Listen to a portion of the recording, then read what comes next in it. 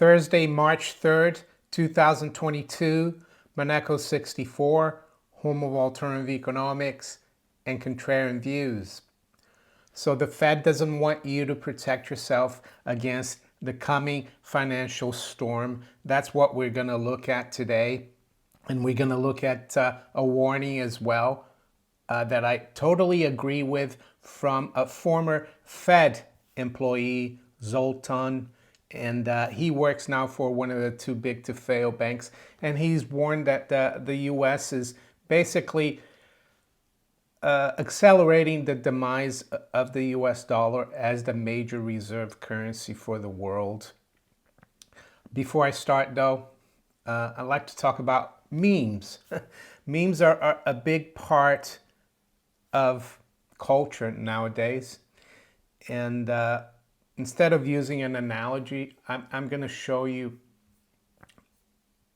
what I think the Fed is really doing right now with its monetary policy, which has really been just about talking, and how you shouldn't really buy into it, that that they have everything under control. So this is the best picture that I could find that basically exemplifies what the Fed is doing. So they're trying to use an umbrella during a hurricane.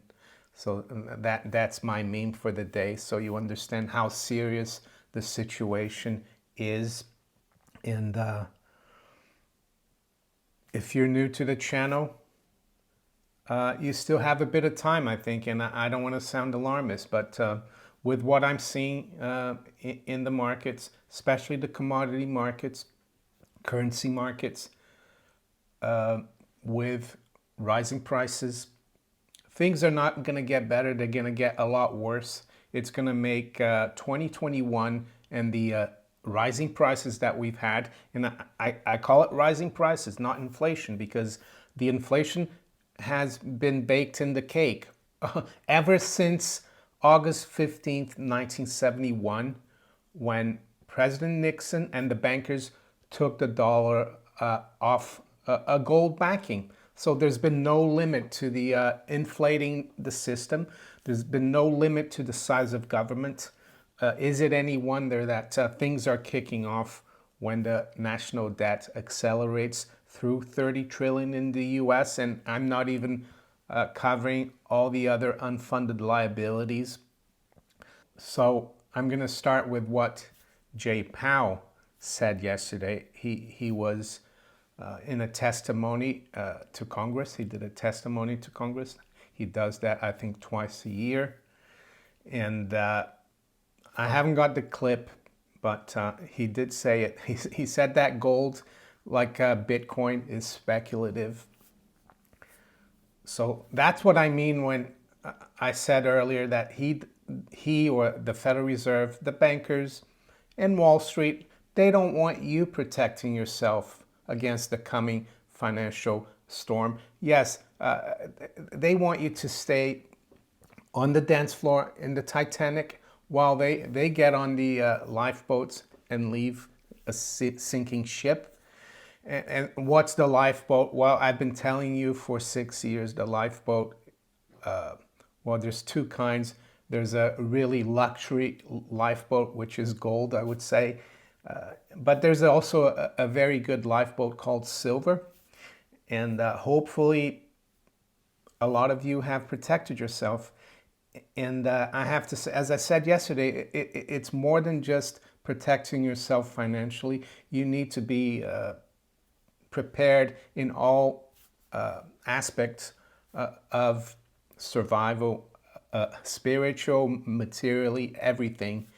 And as Arpad, and I recommend his channel, Star Path Academy, he survived through a period like this in Romania in the 90s. As he said, being in a close-knit community, helping other people so that they will help you as well when you need is really important. It's not just about having gold and silver, but it will go a long way.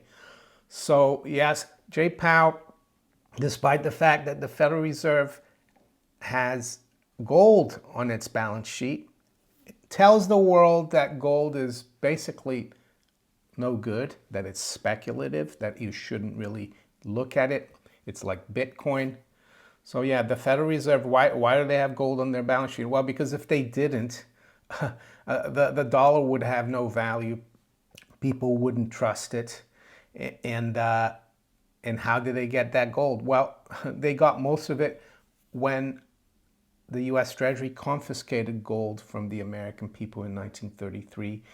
And the instruction then was to take your gold to your local Federal Reserve Bank. So what the Fed did, you brought a $20 gold piece and they gave you a $20 Federal Reserve note.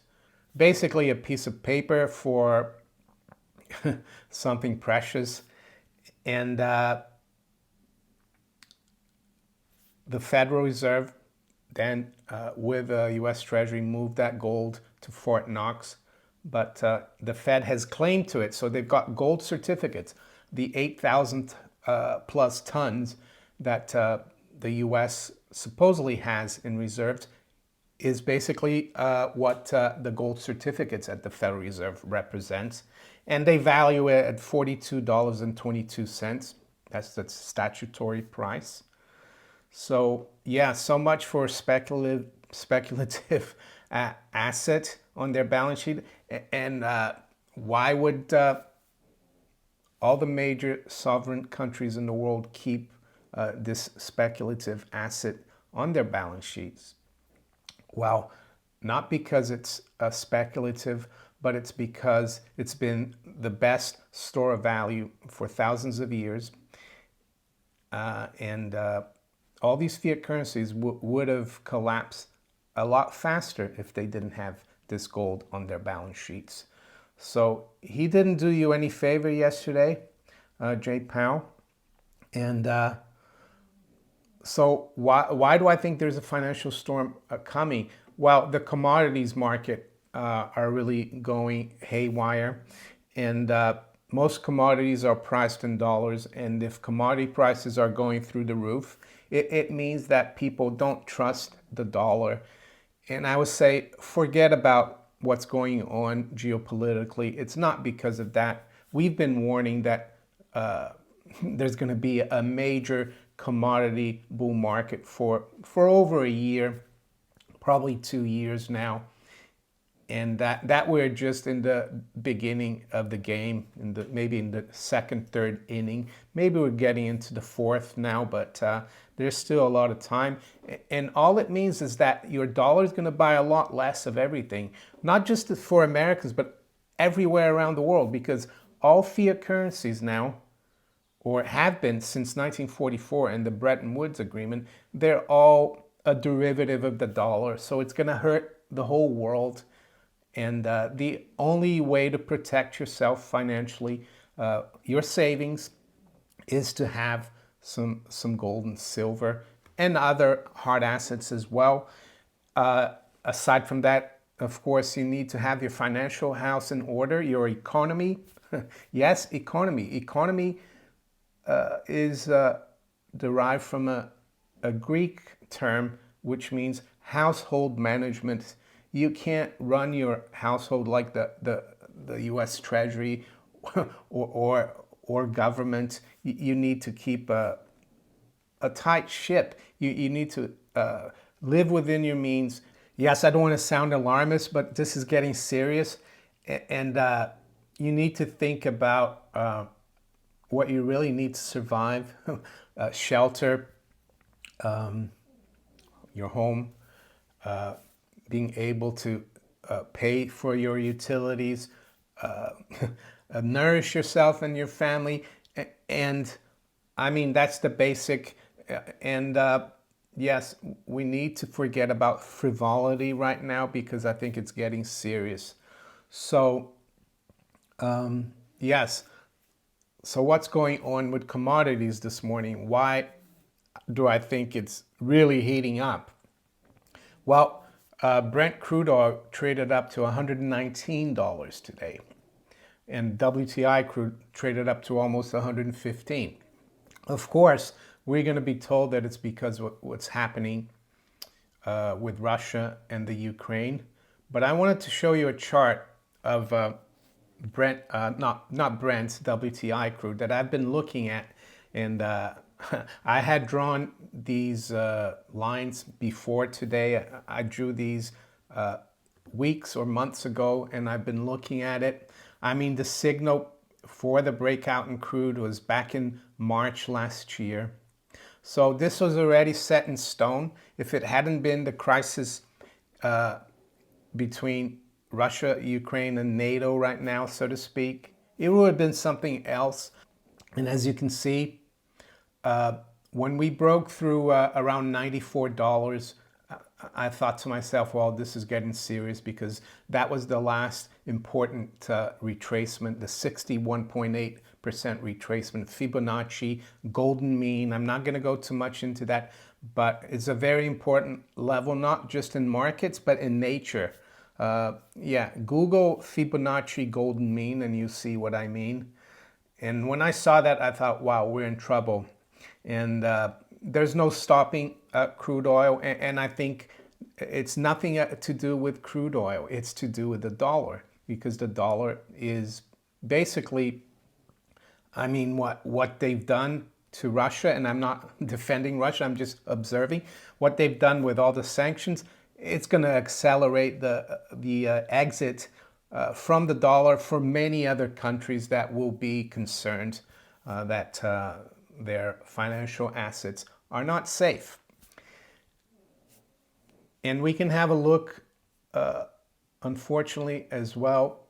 And I say unfortunately because this is going to be really horrific, I think, for the world in general, especially the poorer countries, but even in Western Europe. It's the price of wheat. I mean, look at this. This is a monthly chart, but it's going almost off the charts. And I don't have to tell you the consequences of a rising price of wheat. Same thing for corn. Same thing for soybeans.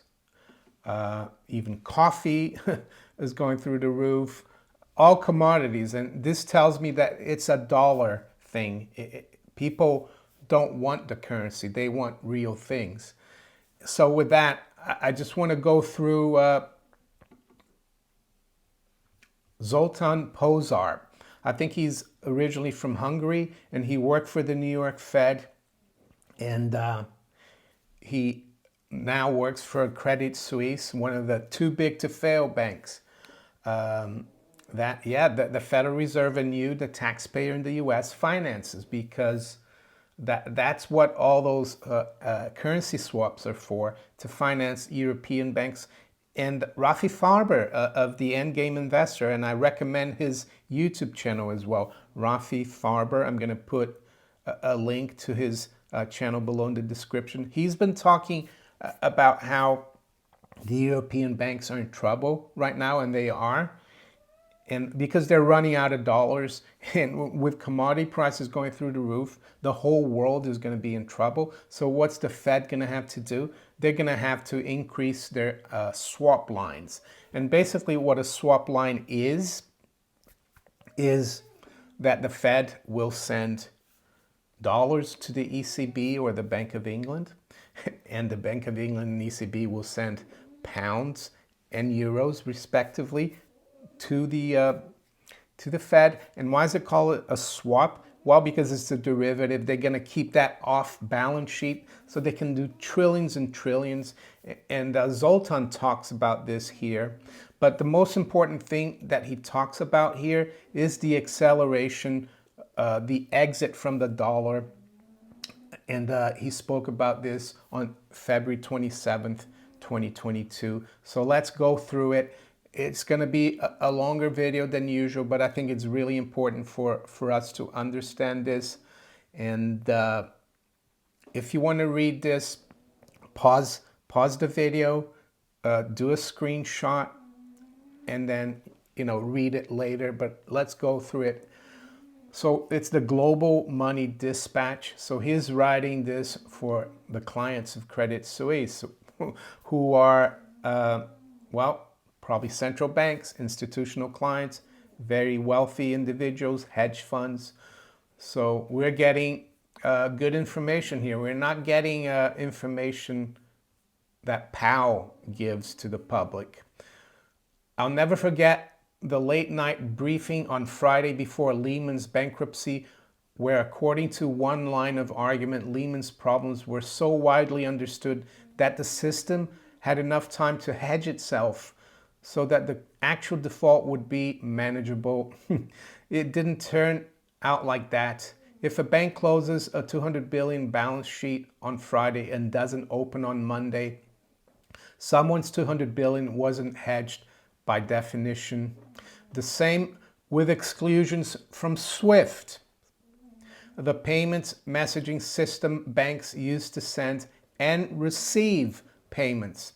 Exclusions from SWIFT will lead to missed payments and giant overdrafts similar to the missed payments and giant overdrafts that we saw in March 2020.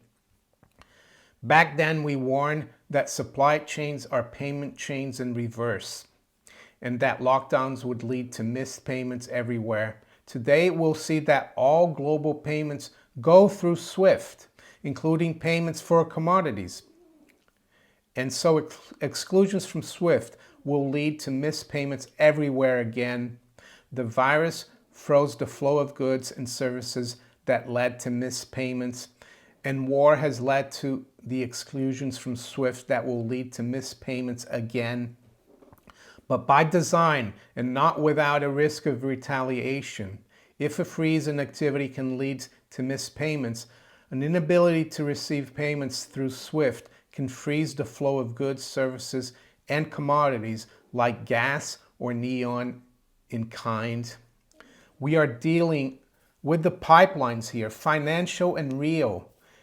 In the present context, they are two sides of the same coin. Inability to receive may mean unwillingness to send. Commodity flows aside, one would assume that central banks would reactivate daily swap line operations now that the SWIFT option got invoked. There you go, the swap lines. Central banks should stand ready to make markets on Monday again.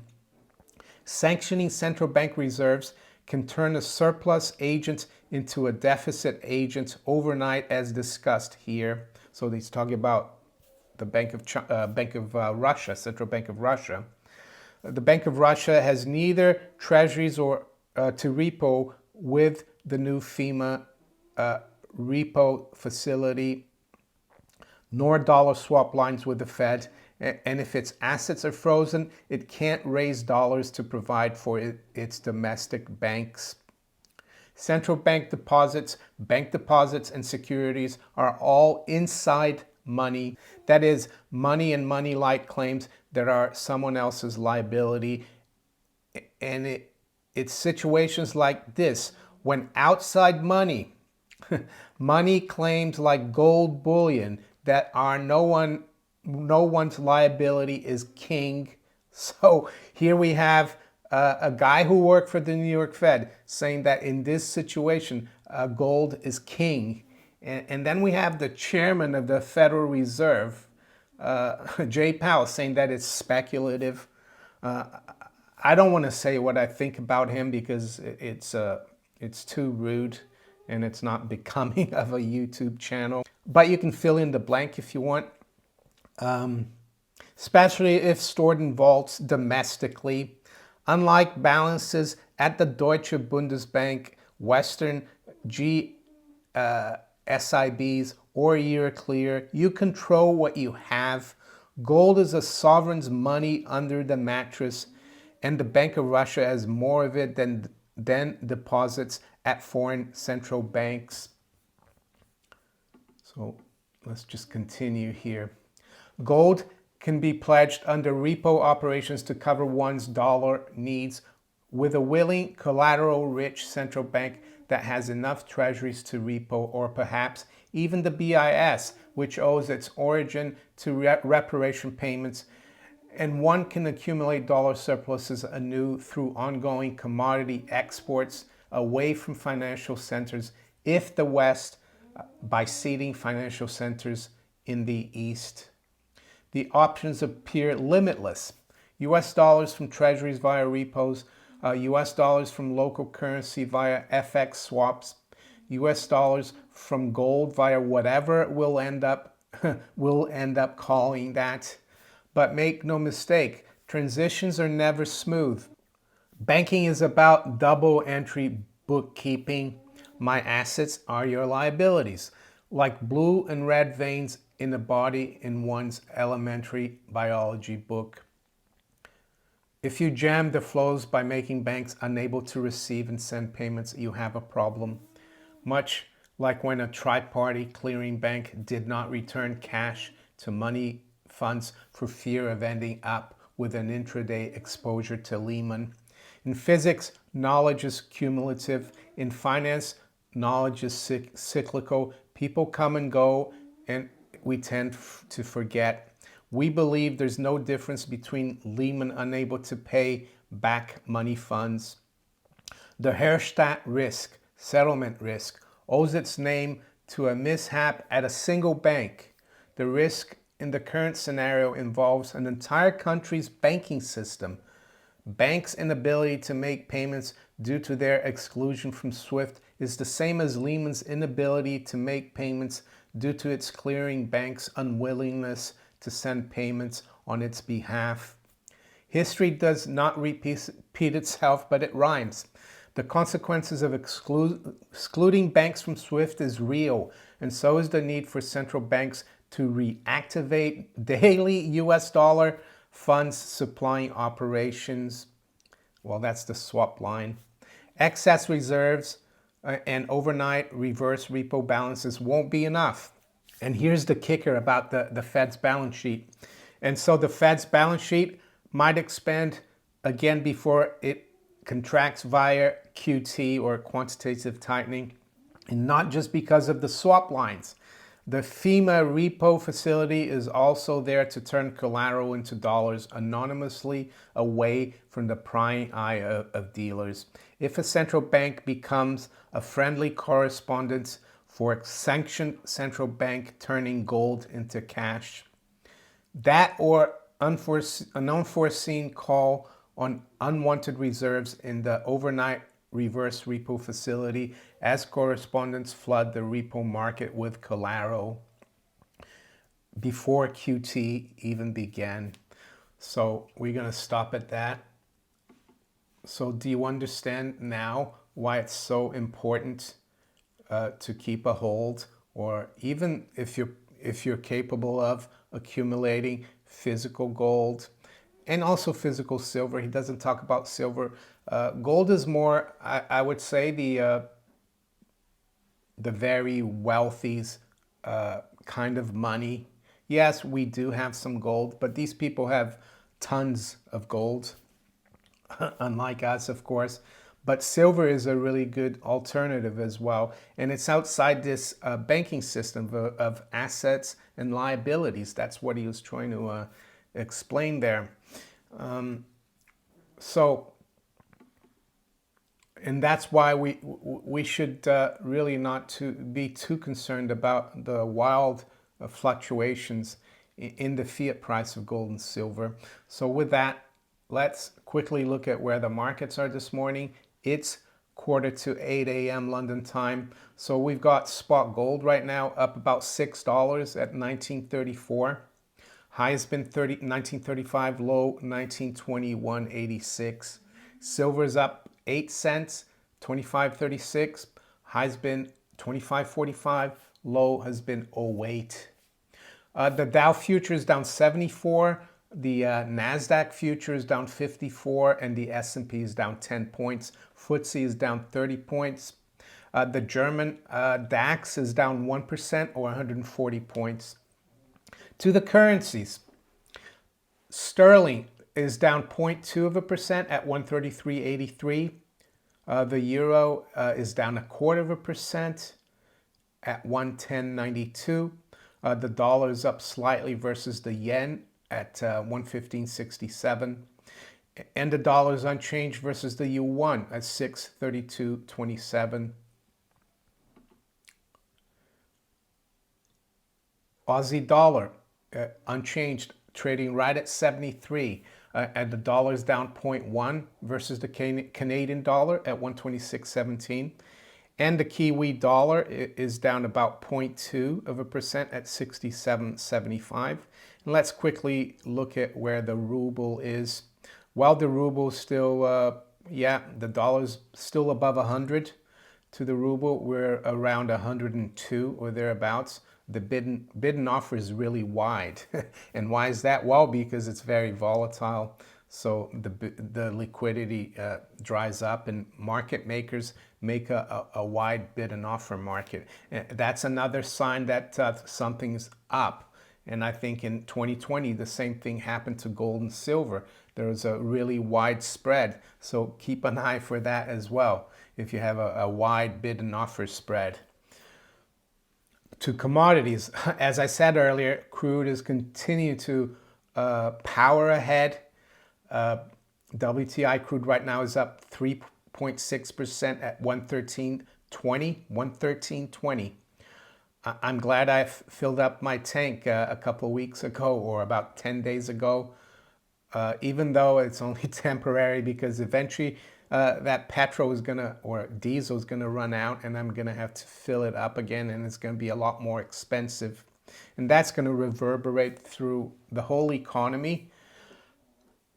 And don't forget again, it's not the price of oil or crude that's creating the inflation. The inflation's already baked in the cake. Don't let them tell you otherwise. Brent crude, that's up about 3.6% as well. It's trading at 116.50, and the high's been 119. Copper is up 2% at 475. Nat gas, US nat gas, is up 2.5% at 488.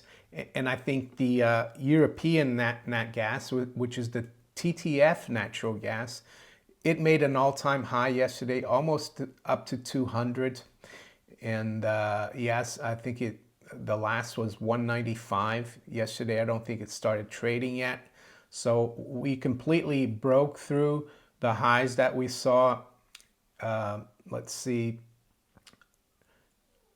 at the end of last year.